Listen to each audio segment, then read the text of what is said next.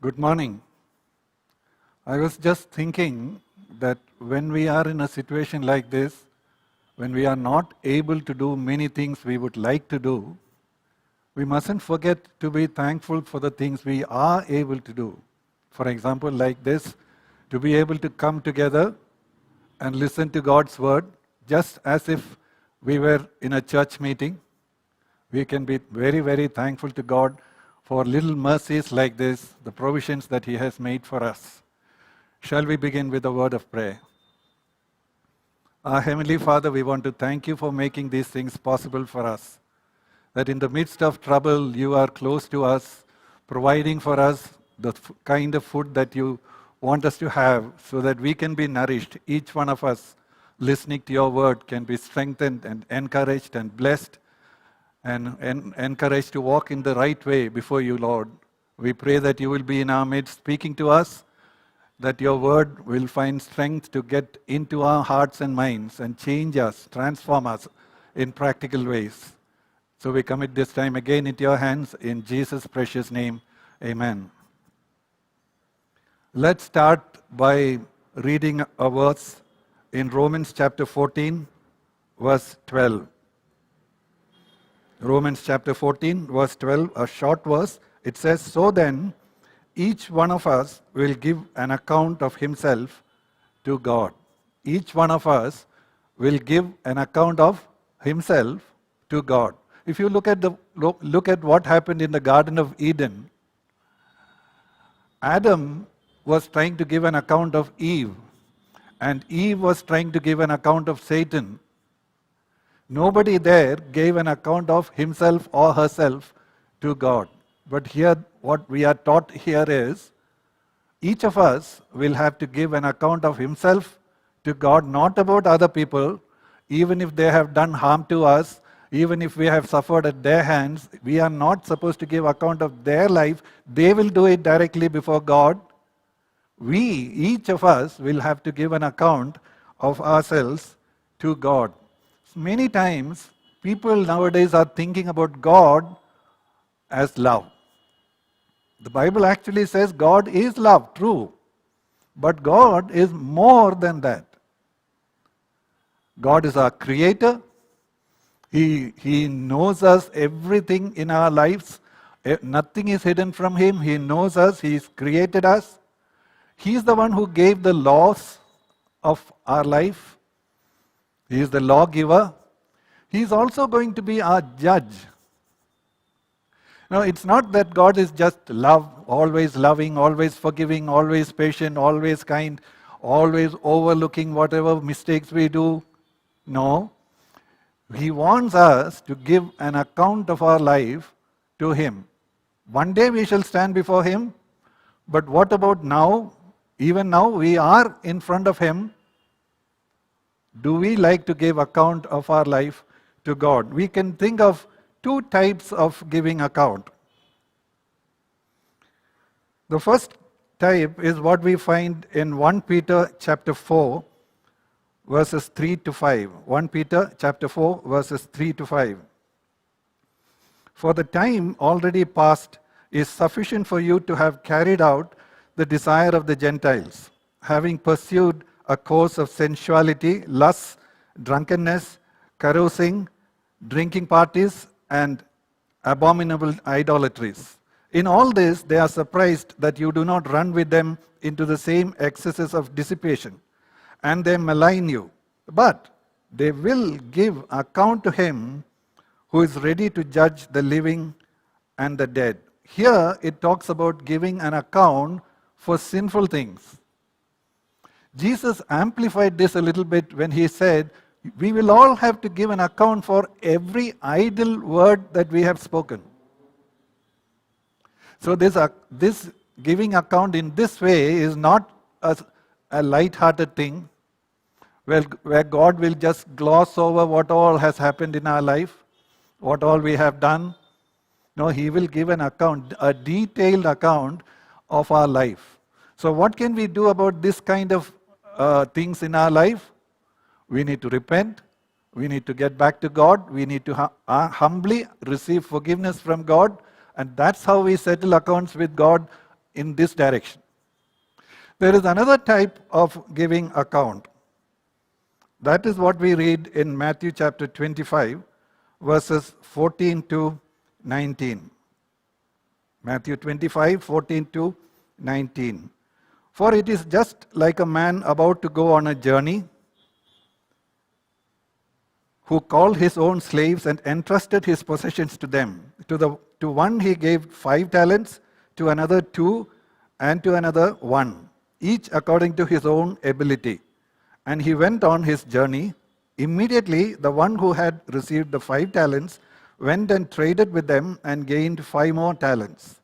In the same manner, the one who had received the 2 talents gained 2 more. But the one who had received the 1 talent went away and dug a hole in the ground and hid his master's money. Now, after a long time, the master of those slaves came and settled accounts with them. What kind of accounting is this? This is to see how fruitful, how faithful we have been with the things God had entrusted to us. For example, how we have spent the time that He gave to us, how we have spent the money and all the provisions of this earth that God has given to us, how faithful, how fruitful have we been in these things that He has entrusted to us. This is the other kind of accounting. We have all received different types of talents and abilities and all that, but according to what we have been given, He is asking us to give account. What if we go on with this Christian life, assuming that there is no such judgment or anything? We have been accepted, we are fine, we are going to heaven one day, there we are going to rejoice forever and ever. What if we think like that without taking care to give an account of ourselves to God, and knowing that one day we have to give a final account? What shock will there be when we reach the final day and when we actually have to give an account, and there is no forgetfulness with God. Every single thing that we have done in our whole life, whether it's in our thoughts, in our looks, in our words, in our behavior, everything is recorded accurately, and there's no way we can find excuses for ourselves. There is no way we can put the blame on other people. God is saying, you give an account of your life. Don't talk about other people. Now, Hebrews chapter 4, verses 15 and 16, these verses give us a great encouragement and hope.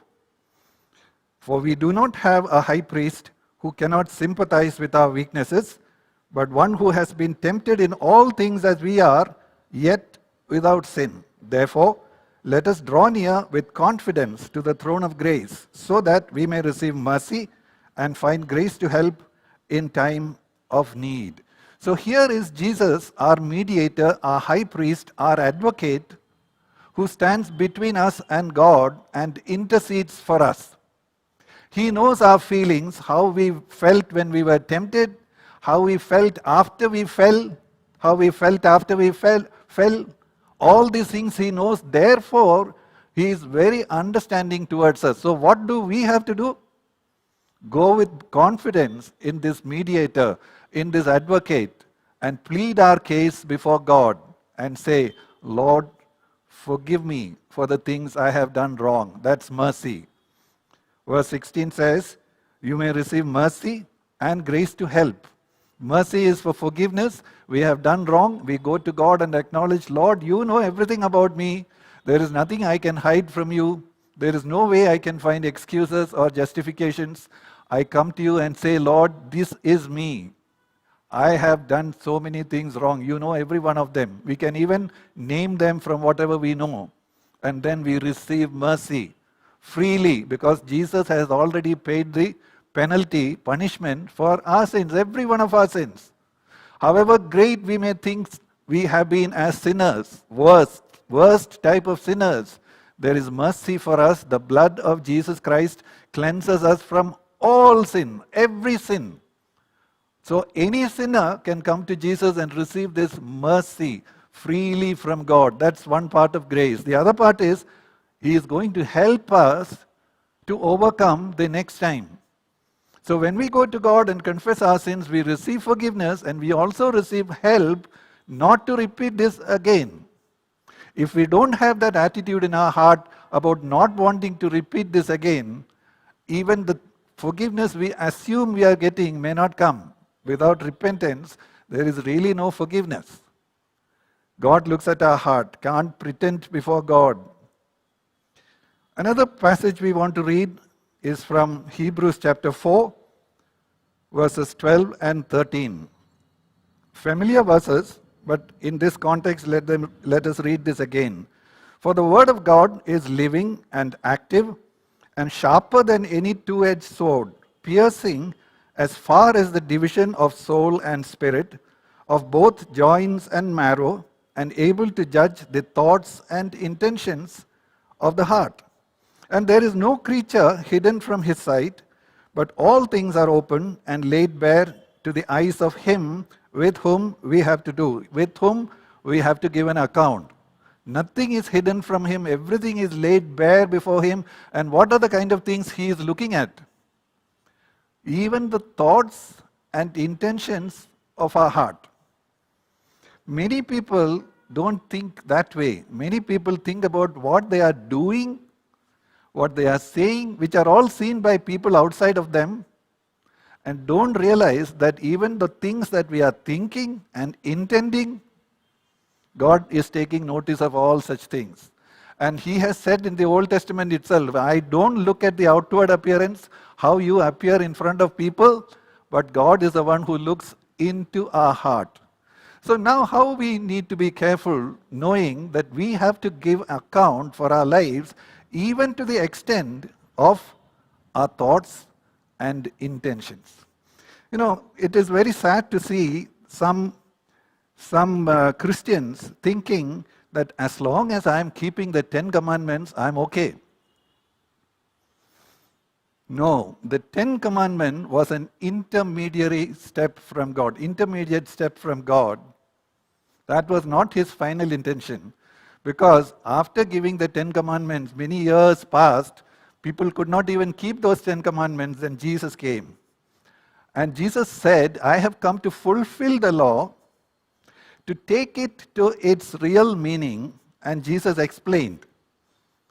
See, the 10 commandments says that you shall not have any other God besides me. And we think, no, I don't have any other gods, I am not going after other religions and all that, I have only one God. But when we make gods in our heart, a god of money, a god of fame, a god of pleasure, and follow after that God, do you think we can escape from God's notice? In reality, we have been transgressing the commandment. The first commandment which says, you shall have no other gods besides me. And we thought just because we are not bowing down and worshipping some idols, we are keeping that commandment. No. Jesus takes it to the real level. Jesus gave various other examples. In His Sermon on the Mount, He explained like this. You think if you are not killing anybody, you are okay? You are keeping one of the 10 commandments, you are okay? You thought so? Jesus said, if you hate somebody in your heart and mind, you have actually killed that person in your mind. It's only that you didn't get the right opportunity to kill him, or you were scared that the police will catch you, therefore you didn't actually kill him, but in your mind, you have already killed him. Now, another example Jesus said, you have heard you shall not commit adultery. But I am telling you, Jesus says, if you look at a woman with desire in your heart, you have already committed adultery in your heart. You think you are keeping the 10 commandments, everything is fine with you, but what's going on inside? Now think of it like this, in a slightly different way. Now, if a person is thinking about giving an account of himself to God, even concerning the thoughts and intentions of his heart, now he is working with his thoughts of hatred, he is working with his thoughts of lust. And if that is the level in which he is giving an account of God, what is the possibility that he will actually kill somebody or actually commit adultery with somebody? No. Because he is even addressing the root of the problem in our heart.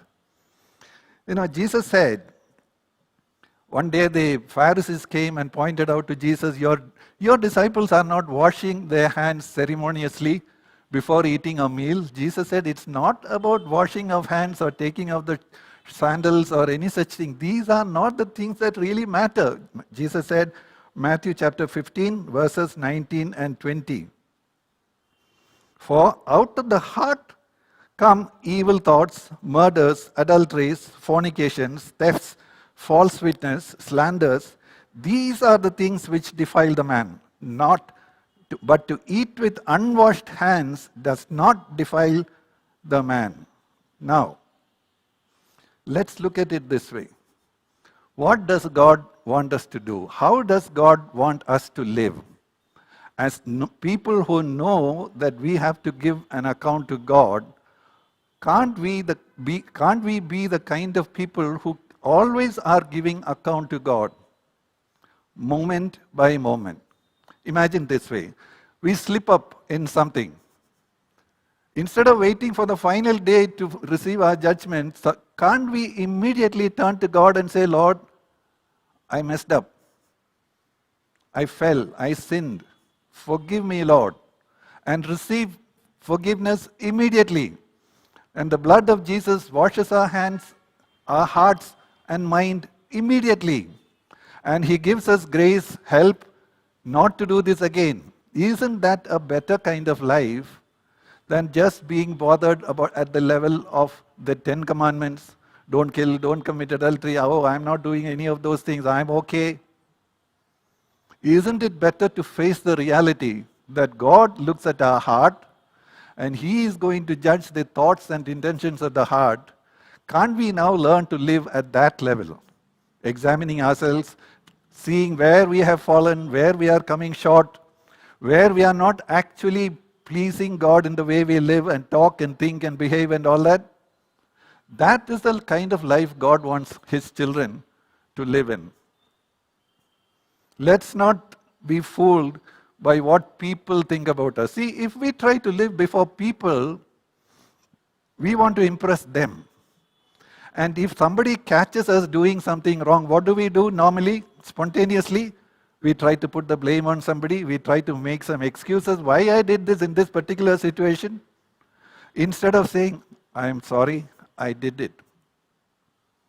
Now, can we go deeper and realize that why did we actually do this?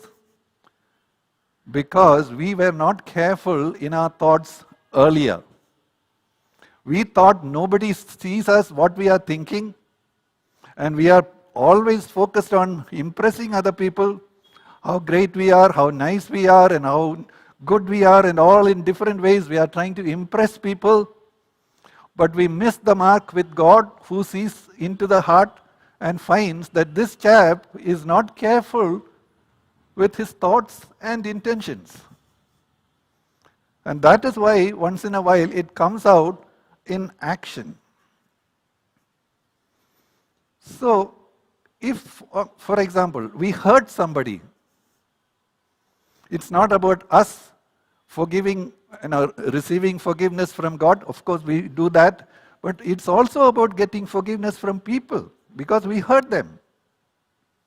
And can we think that we don't have to apologize? It's below our dignity to apologize to them.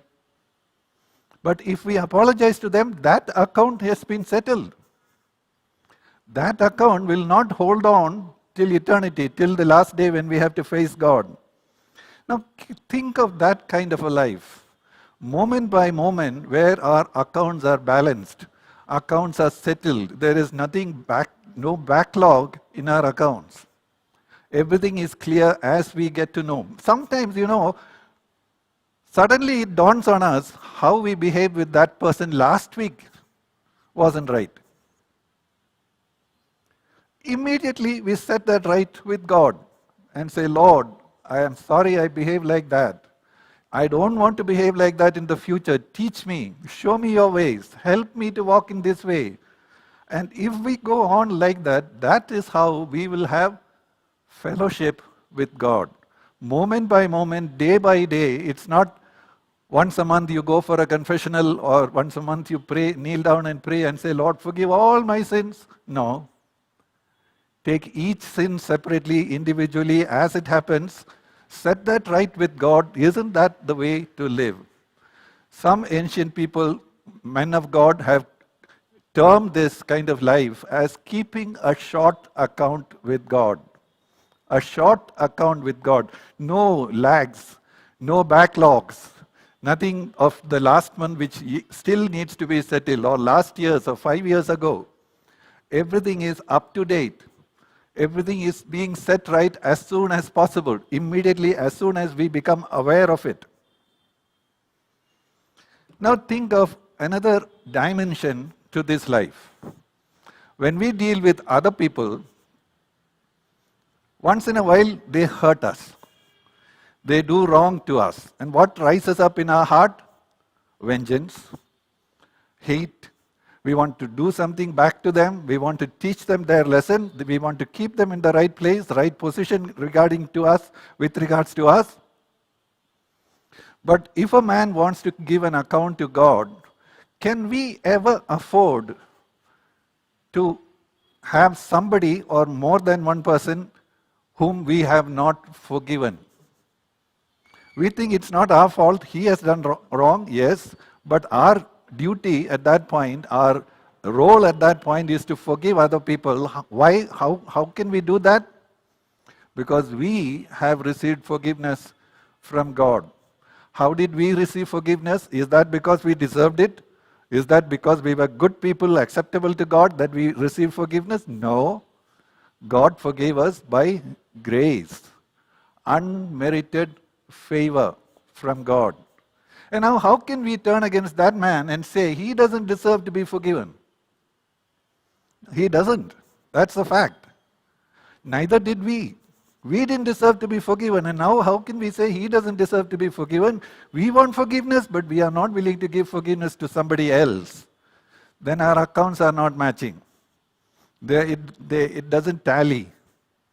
So what do we have to do? We have to, moment by moment, the moment we become aware that this person has done wrong to me, we can immediately learn to forgive the other person. Then that direction also, our accounts are straight. Our accounts are clean. Colossians chapter 3 verse 13 says, bearing with one another and forgiving each other, whoever has a complaint against anyone, just as the Lord forgave you, so also should you.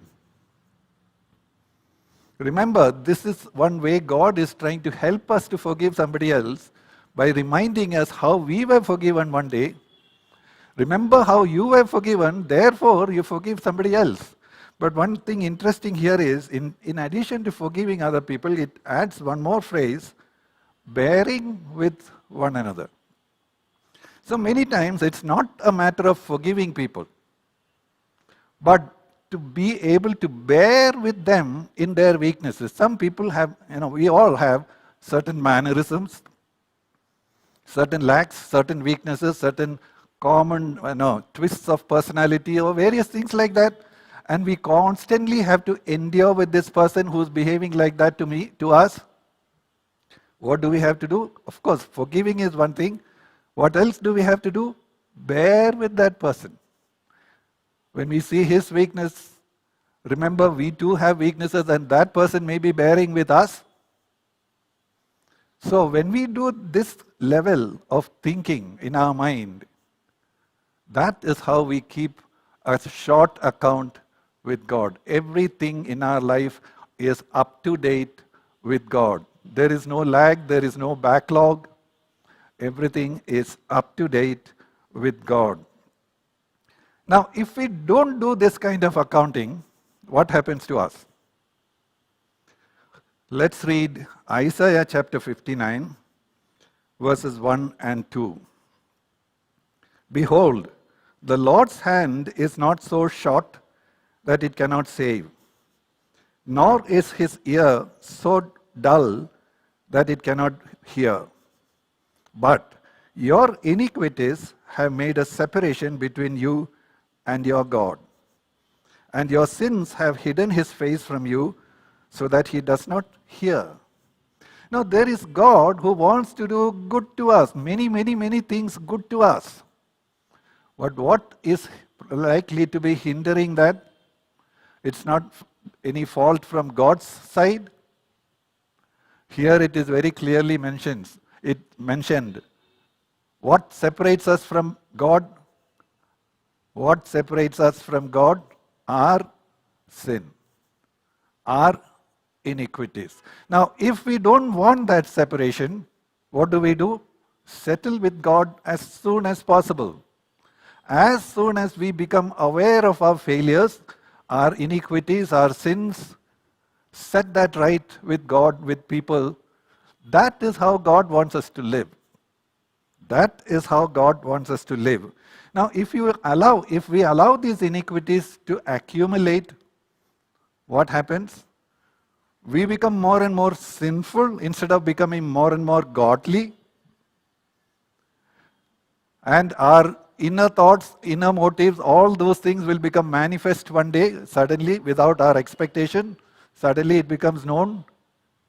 But then what was the wrong thing? We were not careful with our thoughts and intentions of our heart.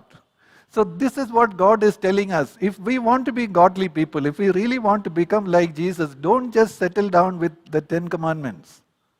That was the law which was given to the people of Israel, who were just beginners in the life with God.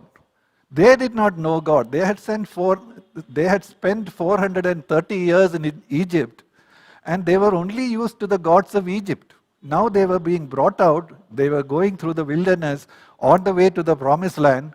They hardly knew God. God had given them the 10 commandments. Almost the next day, they start worshipping a calf.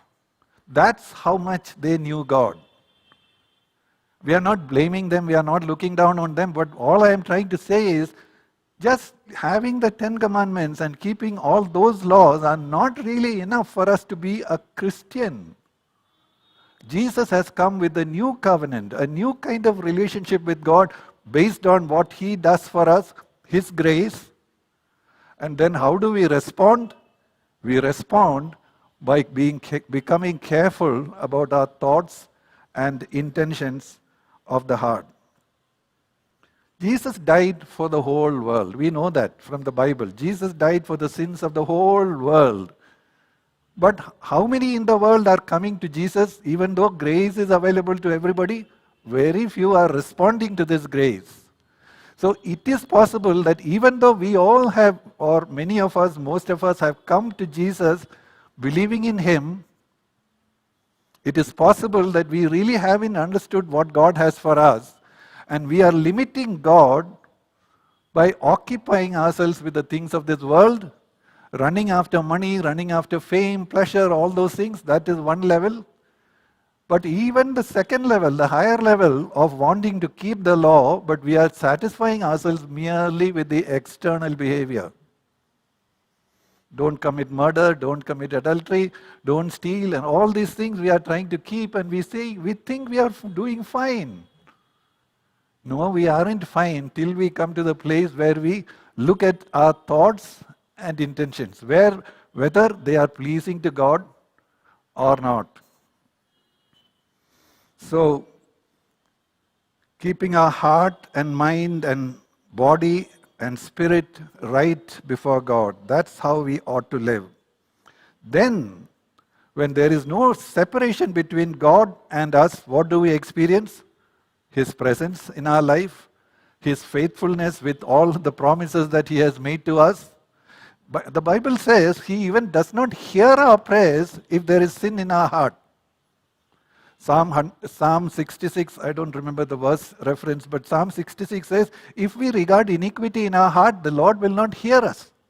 And we are wondering why God is not answering our prayers, why I can't feel the presence of God, why God is not doing many things for me, and not even realizing There is a backlog of accounts that we have not yet settled, and that is causing a separation between God and us.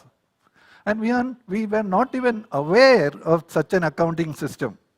So let us now, having known the truth, having heard the truth, let us humble ourselves, repent before God and say, Lord, help me to walk this way. Finally, I want to say about Abraham, Genesis chapter 12, verse 1, I think. God told Abraham, walk before me and be perfect. If we walk before people, wanting their high opinion and their respect and their good reputation about us, our good reputation before them, we are going to deceive ourselves. But if we want to walk before God, then we can press towards perfection. That is the only way we can work towards perfection. So may God help me and you and every one of us that we may be gripped by this message, what kind of life God expects from us, and not settle for any substandard kind of life. May God bless us.